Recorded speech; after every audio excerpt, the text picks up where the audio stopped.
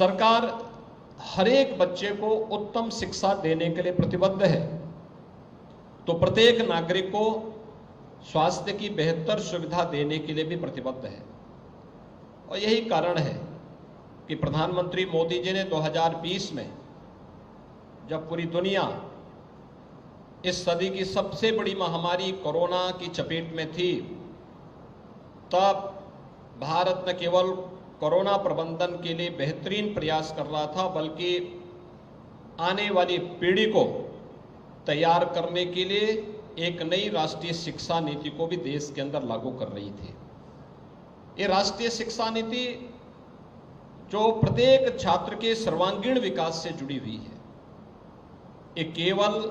एक औपचारिकता नहीं है, बल्कि यह सर्वांगीण विकास को आगे बढ़ाने के साथ ही भारत को एक विकसित भारत के रूप में स्थापित करने के अभियान का क्रम है। विकसित भारत की इन परिकल्पनाओं को साकार करने के लिए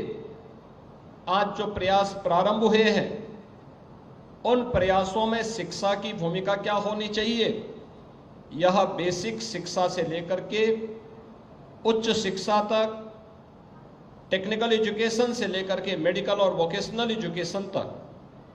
हम आज की आवश्यकता के अनुरूप पाठ्यक्रम बच्चों को प्रदान कर सकें। जहां इस दिशा में केंद्र और राज्य सरकार के द्वारा बेहतर प्रयास प्रारंभ किए गए हैं, वहीं स्वास्थ्य के क्षेत्र में भी बहुत सारे प्रयास प्रारंभ हुए, चाहे वह प्राथमिक स्वास्थ्य केंद्र हो, सामुदायिक स्वास्थ्य केंद्र हो, जिला चिकित्सालय हो, इनके सुदृढ़ीकरण की कार्रवाई हो, या फिर एक जनपद, एक मेडिकल कॉलेज की कार्रवाई को आगे बढ़ाने का। आज आप देख रहे होंगे उत्तर प्रदेश के अंदर हम लोग 10 करोड़ लोगों को 5 लाख रुपए सालाना आयुष्मान भारत की सुविधा का लाभ प्रदान कर रहे हैं। यानी 5 लाख रुपए प्रतिवर्ष वे लोग कहीं भी जाकर के अपनी स्वास्थ्य सुविधा का लाभ प्राप्त कर सकते हैं। आज से 5 वर्ष 7 वर्ष पहले यह कठिन कार्य था, लोग उपचार के बहाव में दम तोड़ते थे,